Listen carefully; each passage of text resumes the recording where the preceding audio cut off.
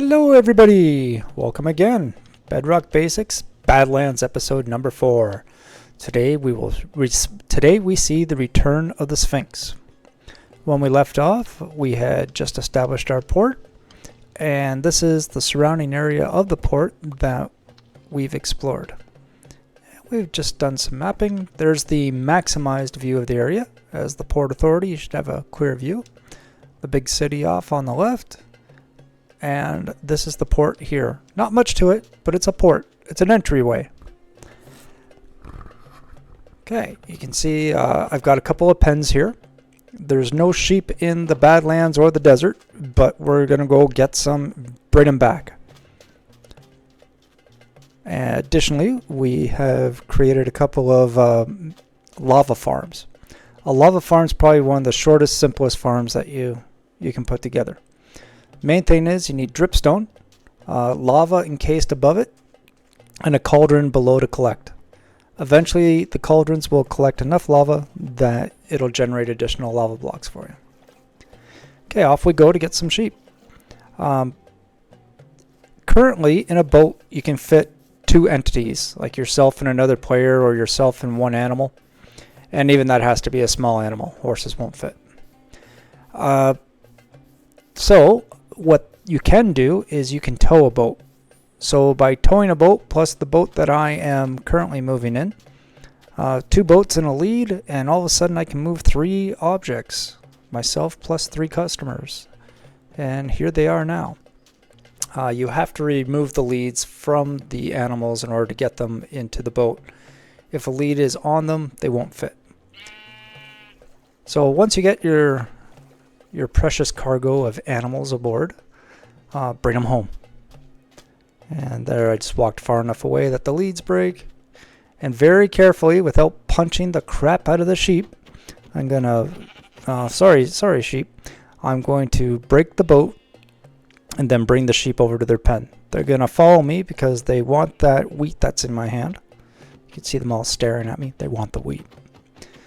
Okay, get them out of the boat. And come on, there we go.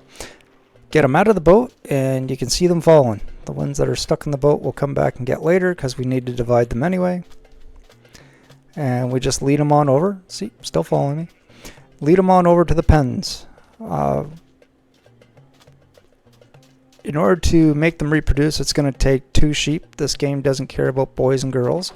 It just takes 2 of an animal and the appropriate number of food. So we're going to divide them up. Wait a minute. Got to take the sheep. Just a little bit of shenanigans there, and let the sheep to their pens, and now I'm going to dye them. I want yellow and blue because I want yellow and blue wool. Why yellow and blue? Well, Mojang is a Swedish game, and we're going to give it a Swedish Viking flair. So we'll put up Swedish flags and use Swedish colors for our base. Okay, some more animal wrangling shenanigans, and we'll get them divided, set there's 2 sheep on each side. There we go. We've got 2 blue on one side, 2 yellow on the other, and then we want to shear them. We'll accumulate, over time we'll accumulate enough yellow and blue wool to add some color to our builds. And you can see we're already feeding them and starting to get them to reproduce. And getting them to reproduce is simple enough. You just give them wheat. Birds want seeds, like chickens. Sheep and cow want wheat, and pigs will take either carrots or potatoes. You'll also see I've got a bunch of pumpkin growing patches here. And this is purely temporary. But pumpkins I primarily want as a light source, and I'm going to use them for a massive build. I'm going to need a whole lot of lighting, and I will accumulate a bunch of them for mass lighting, but just requires ongoing farming. Okay, the sheep. You can see the sheared sheep still has not regrown their wool. They need to eat grass to regenerate their wool. So, big sandy floor. All right. Got to give them some dirt. And a dirt block by itself isn't good enough because you can see there's no grass on the dirt. So they've got a whole dirt covered area now, but they need grass in there. So to do that, we're going to have to go grab a tool that's got silk touch on it and then get a block that has grass on it already. Here I just show you that a whole bunch of wheat onto a baby animal will cause its growth rate to accelerate. And if you give them enough wheat, they'll almost instantly grow into adults. You just have to give them enough. And then once they're adults, you can get them to reproduce with other animals, other adults, and make more animals. There we go. And lovey, hey, baby time. And for making babies, you get experience points. Okay.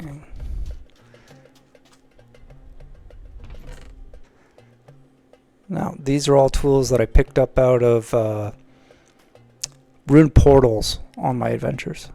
And out of those, we have a silk touch shovel, which is just what we need.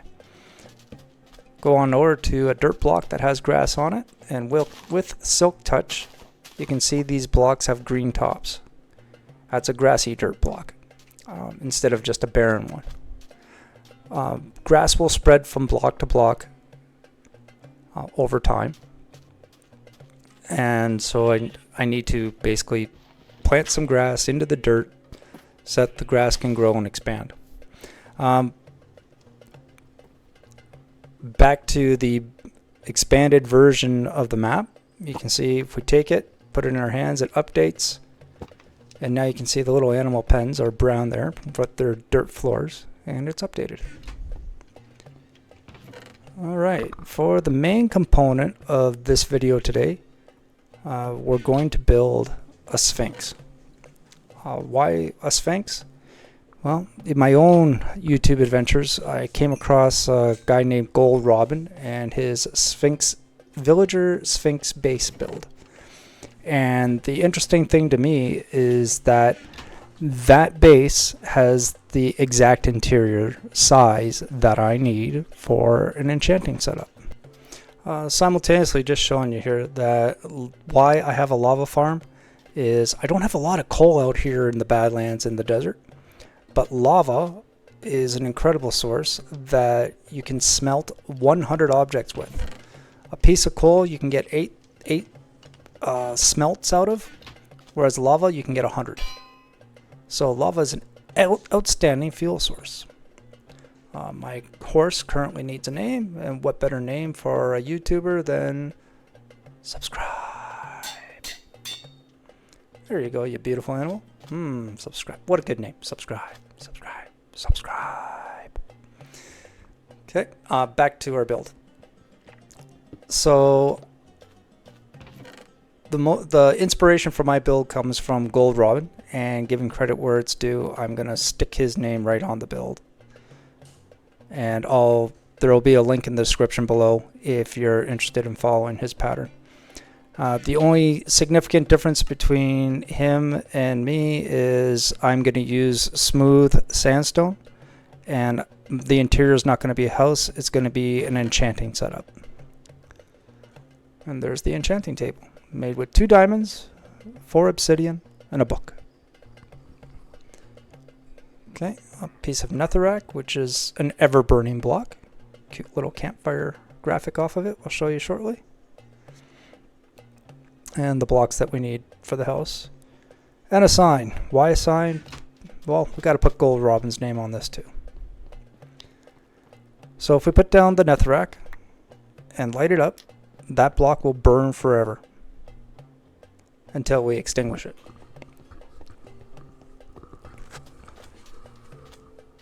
Oh, one more thing that I hate is Endermen. Those trouble-making little nuisance bugs. You'll see them randomly grab one block and run around with it. And I noticed here, I made this area, filled in the holes, made the area a nice flat area to build upon. And an Enderman comes along and takes out one stinking block. And just the OCD in me, nope, can't have that, had to put that back.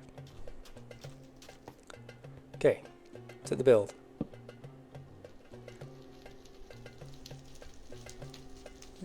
if you go on YouTube and you look up Sphinx base and gold robin, you'll find it. He did an excellent job on it, and I'm borrowing it today.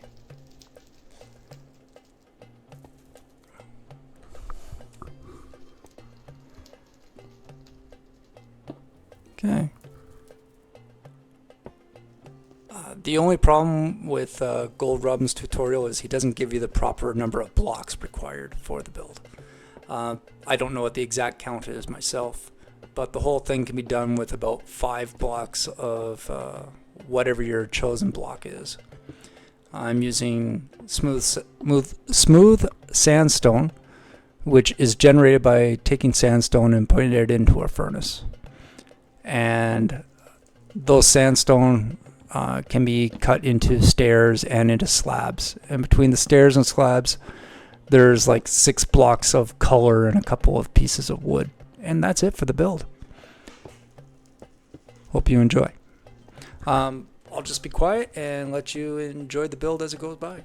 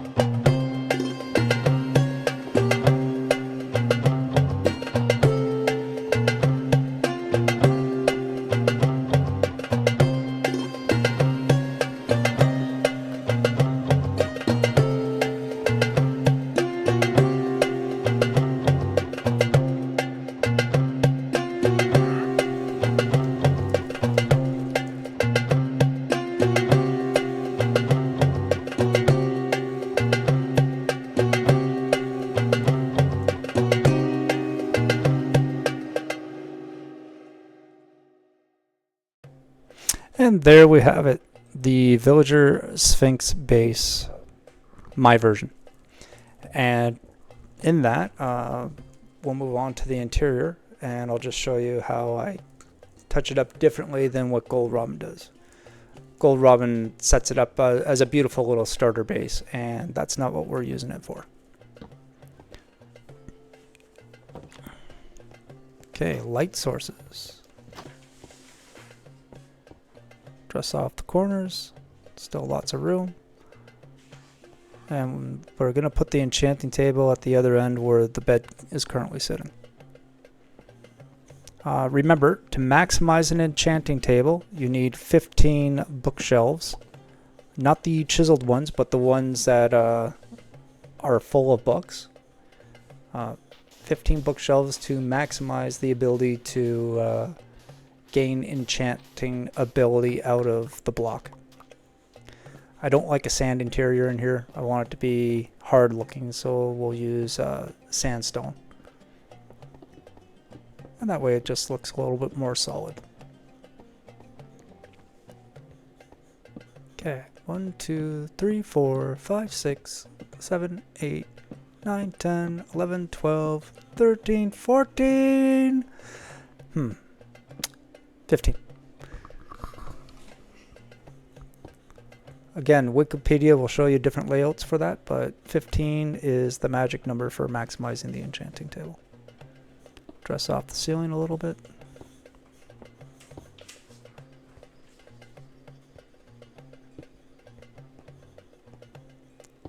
Okay, we could have a false arch here, but if I put chests along the outer walls, there'll be different components where a chest can't open.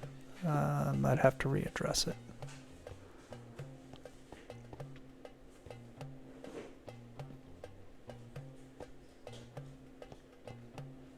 We're also going to put an enchanter in here.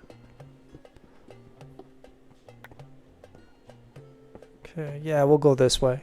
That way we can put some chests in here. That can open up, and the inverted staircase above will allow enough space for a chest to open. Solid blocks can stop chests from opening if they're right above them.